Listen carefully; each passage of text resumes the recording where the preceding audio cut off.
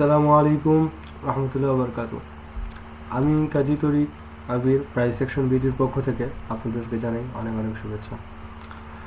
তো এই সপ্তাহে আমরা উইকলি অ্যানালাইসিস আপনাদের সাথে শেয়ার করব, যেমন প্রতি সপ্তাহে করে থাকি। তো এই সপ্তাহে আমরা প্রথম পেয়ারটা যদি দেখি, সেটা হলো ইউরো ইউএসডি পেয়ার। এই ইউরো ইউএসডি পেয়ারে যদি আমরা দেখি ডেইলি টাইম ফ্রেমে, আমাদের চোখে পড়বে যে স্ট্রং একটা কি লেভেল 1.6। তো আমার কাছে এটা অনেক স্ট্রং একটা কি লেভেল, ঠিক আছে। এখন এই কি লেভেল থেকে দেখেন যে কি লেভেল ব্রেকআউট করছিল, দেন আবার রিজেক্ট করছে, ঠিক আছে। এখান থেকে নামে যাইতে পারে। আবার অন্যদিকে যদি চিন্তা করেন, এখানে আবার একটা স্ট্রং বুলিশ সিগন্যাল আছে, যেটা আবার সাইকোলজিক্যাল লেভেল 5-এ। আমরা জানি যে প্রত্যেক 500 পিপস অন্তর অন্তর বা 1000 পিপস অন্তর অন্তর স্ট্রং সাইকোলজিক্যাল লেভেল হয়ে থাকে, বা এই প্রাইসটাকে সাইকোলজিক্যাল লেভেল বলে থাকে। তো এইখানে যেহেতু মিশ্র প্রতিক্রিয়া, তো আমাদেরকে সেফটি ভাবে যদি আমরা ট্রেড করতে চাই, তাহলে আমাদের করতে হবে এমন যে এই যে ক্যান্ডেলটা আছে বুলিশটা, সেই ক্যান্ডেলের হাই এবং সেই ক্যান্ডেলের যে লো প্রাইস আছে, আমরা ওয়েট করব যদি এই ক্যান্ডেলের হাই প্রাইসকে প্রাইস ব্রেক করে, দেন আমরা শুধুমাত্র বুলিশ টার্মটাকে কাজে লাগাবো। আর যদি এই প্রাইসের লোকে ব্রেক করে, তাহলে আমরা শুধুমাত্র সেলিং টার্মকে কাজে লাগাবো। এটাই হলো আমাদের এই পেয়ারের জন্য সবথেকে সেফটি ট্রেডিং হবে। এর মাঝখানে যদি প্রাইস মুভমেন্ট করে, আমরা কোনো এন্ট্রি নিব না, সেটা আমাদের জন্য ভালো হবে না।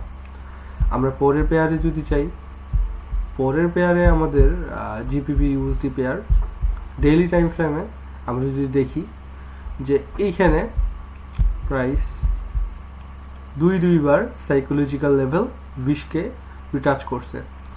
যেহেতু সাইকোলজিক্যাল লেভেল এই লেভেলটাকে ব্রেকআউট করতে পারে নাই, সো আমরা এখান থেকে শুধুমাত্র বুলিশ টার্মগুলোকে কাজে লাগাবো, কারণ আমরা বুঝতেই পারতেছি যে এখানে শুধুমাত্র বুলিশ প্রেশারটা অনেক বেশি।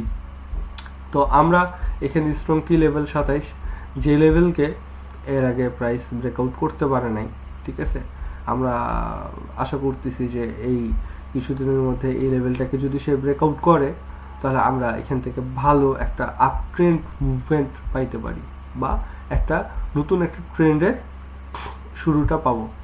বলতে গেলে যে ট্রেন্ডের শুরু পাইলে আমরা গোটা একটা ট্রেন্ডই পাচ্ছি। লাইক যেমন ধরেন যে আমরা যদি দেখি এখানে প্রায় 1.5-2 বছর ধরে একবার ওভারঅল ডাউন ট্রেন্ড, ঠিক আছে।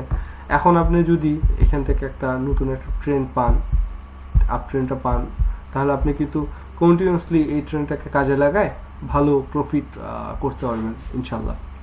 তো যাই হোক, এই পেয়ারে আমরা 4 ঘন্টার টাইম ফ্রেমে যদি যাই, 4 ঘন্টার টাইম ফ্রেমে এই প্যাটার্ন অনুযায়ী আমরা যদি দেখি, তাহলে আমাদের এখানে আরেকটা লেভেল আছে সাইকোলজিক্যাল লেভেল 2500। তো এই 2500 লেভেলকে যদি ব্রেকআউট করে, ঠিক আছে, আমরা এখান থেকে বুলিশ ট্রেড নিতে পারি, যদি এখানে কোনো প্রাইস অ্যাকশন সিগন্যাল আমরা পাই তবেই, ঠিক আছে। আর অন্য দিক থেকে যদি দেখেন, আমরা জানি যে প্যাটার্নের যেদিকে ব্রেকআউট করবে সেদিকে কিন্তু কন্টিনিউ হয়, ঠিক আছে। সো আমরা এটাকে আরো কনফার্ম করার জন্য আমরা লেভেলটা মার্ক করলাম, বা প্রাইস অ্যাকশন সিগন্যালের জন্য অপেক্ষা করব। চলে যাই পরের পেয়ারে, ঠিক সেম অবস্থা।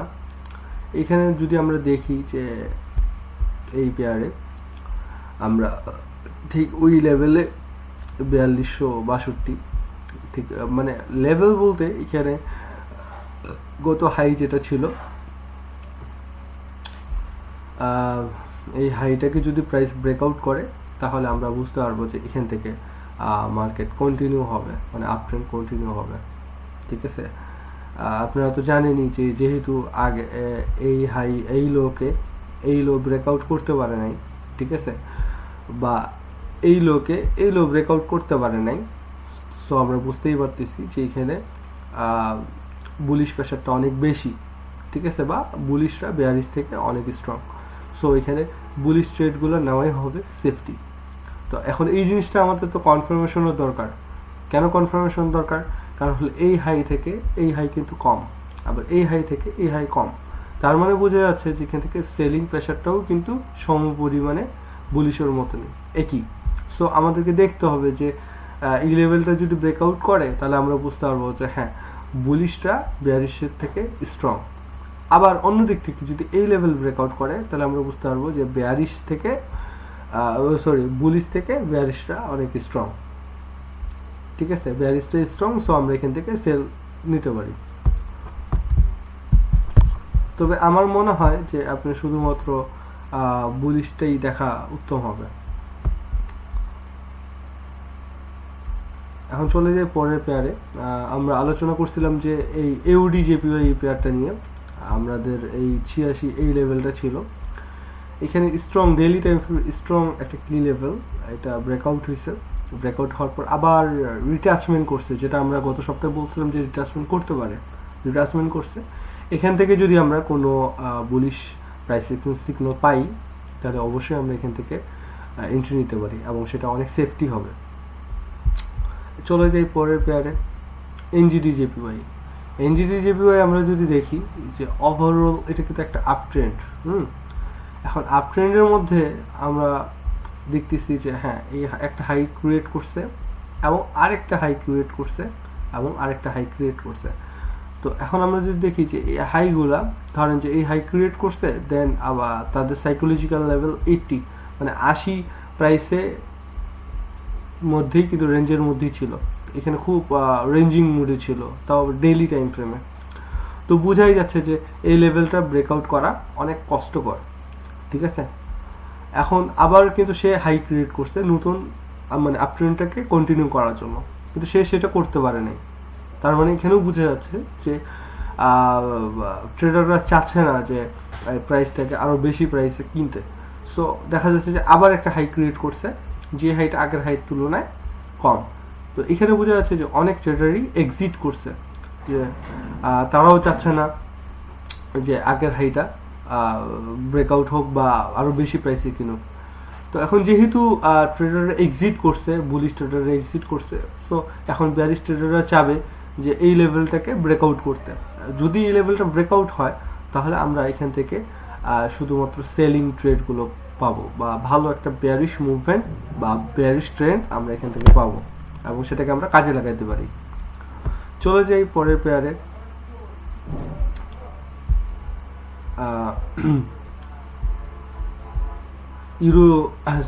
এউডি ইউএসডি পেয়ারে। এখানেও যদি আমরা দেখি ওভারঅল কি এটা একটা ডাউন ট্রেন্ড এই জায়গা থেকে। হ্যাঁ, উইকলি টাইম ফ্রেম আমি দেখতেছি, ডেইলিতে তো অনেক তো উইকলি টাইম ফ্রেমে যদি আমরা দেখি ওভারঅল একটা ডাউন ট্রেন্ড। এখন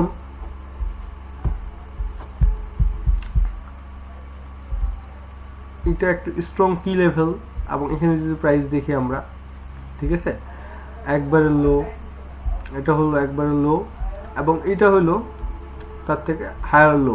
ঠিক আছে, আবার এটা একটা আর একটা হায়ার লো। এখন ঠিক সেম আমরা এনজিডি জেপিওর মতনই, যে যেহেতু এই লেভেলটাকে ব্রেকআউট করতে পারে নাই, ঠিক আছে, এখন আমাদেরকে অপেক্ষা করতে হবে যে এই লেভেলকে যদি ব্রেকআউট করে দেন রিটাচমেন্ট করে আমরা এখান থেকে বুলিশ ট্রেড নিব।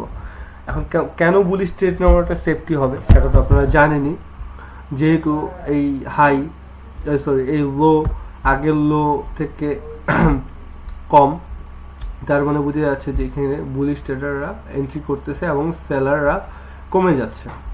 ঠিক আছে, যার কারণে আমরা এখানে অপেক্ষা করতেছি যে কখন এই লেভেলটা ব্রেকআউট করবে এবং আমরা নতুন একটা আপ ট্রেন্ড পাবো। ঠিক আছে, আপনি যদি আবার ডেইলি টাইম ফ্রেমে দেখেন তাও অনেকটা ক্লিয়ার হবে, আবার যদি H4 এ দেখেন, ঠিক আছে, তাও বুঝতে পারবেন। তবে এই ট্রেডটুকু শুধুমাত্র আপনার উইকলি টাইম ফ্রেমেই ভালো হবে আর কি, কারণ যেহেতু অনেক লং টার্ম একটা আপনি আপ ট্রেন্ড পাচ্ছেন, সো উইকলিতেই আপনাকে ট্রেড করতে হবে। তবে আপনি যদি আবার আমাদের যদি কনফার্মেশন হয়, ট্রেড আপ ট্রেন্ডটা কনফার্মেশন হয়, তাহলে আমরা সেটাকে আবার H4 বা ডেইলি এগুলো সবগুলোতে আমরা কাজে লাগাইতে পারবো, সমস্যা নেই। কিন্তু অবশ্যই এই কনফার্মেশনের জন্য আমাদেরকে অপেক্ষা করতে হবে। তো আমরা চলে যাই ইউরো এনজিডি পেয়ারে। এটা 4 ঘন্টার টাইম ফ্রেম। তো 4 ঘন্টার টাইম ফ্রেমে আমরা যদি দেখি, এখানে দেখা যাচ্ছে যে ওভারঅল একটা down trend, overall down trend. এখন ওভারঅল ডাউন ট্রেন্ড যেহেতু, এখন এখানে কিন্তু একটা লো তৈরি করছে। এখন লোটা হলো এমন যে আমরা বলছিলাম যে আপনার এখানে 45 মানে 500 পিস অন্তর অন্তর এখানে একটা লো তৈরি করছে সাইকোলজিক্যাল লেভেল। এখন সাইকোলজিক্যাল লেভেলে রিটাচমেন্ট করার পর আবার ফির সে আবার 48 পর্যন্ত গেছিল, আবার কিন্তু সে নামছে কিছুটা। তো নামলেও এই প্রাইস থেকে কিন্তু ব্রেকআউট করতে পারে নাই। সো এখান থেকে আমাদের সেল ট্রেড নেওয়া রিস্কি। কারণ হলো যেহেতু এখানে বেয়ারিশের মানে সেলারদের ইয়াটা কমে গেছে, কোয়ান্টিটিটা কমে গেছে। আমরা বুঝতেই পারছি যেহেতু এত বড় ক্যাপ, বুঝতেই হবে যে সেলারদের কোয়ান্টিটি কমে গেছে। সো এখান থেকে সেল ট্রেড নেওয়া অনেক রিস্কি। আর এখান থেকে আমাদের শুধুমাত্র বুলিশ ট্রেডের জন্য অপেক্ষা করতে হবে যখন এই লেভেলটা আমাদের ব্রেকআউট করবে। ঠিক আছে, তাহলে আমরা একটা ভালো আপ ট্রেন্ড পাবো। ঠিক আছে,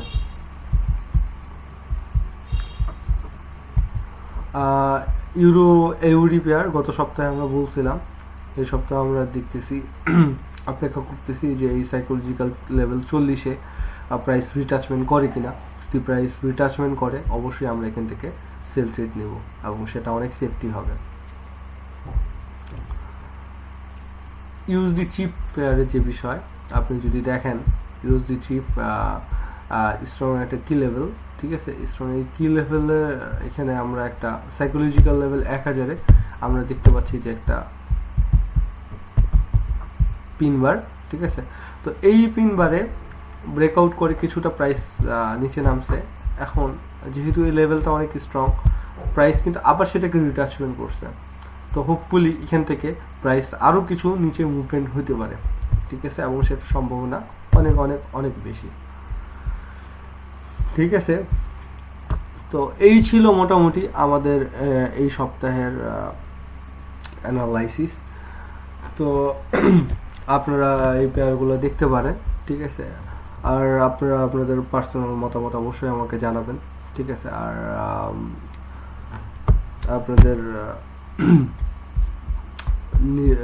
ট্রেড যদি করেন অবশ্যই প্রাইস অ্যাকশন সিগন্যাল ছাড়া ট্রেড এন্ট্রি নেবেন না, কারণ মার্কেটে যে কোনো মুহূর্তে যে কোনো কিছু হইতে পারে। আমরা চাচ্ছি বা অ্যানালাইসিস করতেছি যে এমন হওয়ার সম্ভাবনা খুব বেশি, কিন্তু হচ্ছে না। মার্কেটে যে কোনো মুহূর্তে টার্ম চেঞ্জ হয়ে যেতে পারে, অস্বাভাবিক কিছু না, খুবই স্বাভাবিক। তবে হ্যাঁ, আমরা অ্যানালাইসিস করে, ঠিক আছে, নিজেদের মতো করে আমরা ট্রেড নিতে পারি। যে হ্যাঁ, ধরেন যে এমন আপনি পূর্ব পরিকল্পিত কিছু একটা করতে চাচ্ছেন, এখন আপনার অনুপাতে যদি সেই জিনিসটা হয় তাহলে রেজাল্ট কিন্তু আপনার অনুযায়ী হওয়ার সম্ভাবনা খুব বেশি। ঠিক আছে, কিন্তু আপনি পূর্ব পরিকল্পিতভাবে সেটা করতেছেন না, মানে র্যান্ডমলি হয়ে গেল, সেটা কিন্তু আপনার লাক, কিন্তু লাক তো সবসময় কাজ করবে না। ঠিক আছে, তো অ্যানালাইসিসটা হলেও এমন যে হ্যাঁ, আমরা আগে থেকে প্ল্যানিং করে রাখলাম, যদি এমন হয় আমাদের অনুযায়ী যদি প্রাইসটা মুভমেন্ট করে তাহলে আমরা সেখান থেকে এন্ট্রি নিব। যদি আমাদের অনুযায়ী প্রাইস মুভমেন্ট না করে আমরা এন্ট্রি নিব না। ঠিক আছে, তাহলে আমাদের লস হওয়ার সম্ভাবনা খুব কম থাকে। ঠিক আছে, আর আমাদের অনুযায়ী যদি প্রাইসটা হয়, মুভমেন্ট করে বা আমরা সিগন্যাল পাই, তাহলে আমাদের প্রফিট হওয়ার সম্ভাবনা খুব বেশি থাকে। ঠিক আছে, ও আরেকটা বিষয়, সেটা হলো যে আমার অ্যানালাইসিস বা আপনার অ্যানালাইসিস একরকম নাও হইতে পারে। ঠিক আছে, অবশ্যই আপনারা নিজস্ব অ্যানালাইসিসটাকেই বেশি প্রিফার করবেন অন্য কারো অ্যানালাইসিসকে না। যদি কারোর সাথে মিলে যায় ফলো করবেন, যদি না মিলে তাহলে জোর জবরদস্তি করার কিছু নেই, কারণ নিজের অ্যানালাইসিসটাই হলো মেইন। তো আজকের জন্য এখানেই বিদায় নিচ্ছি, আবারও কথা হবে নেক্সট উইকে ইনশাল্লাহ। ভালো থাকবেন, সুস্থ থাকবেন, আল্লাহ হাফেজ, আসসালামু আলাইকুম।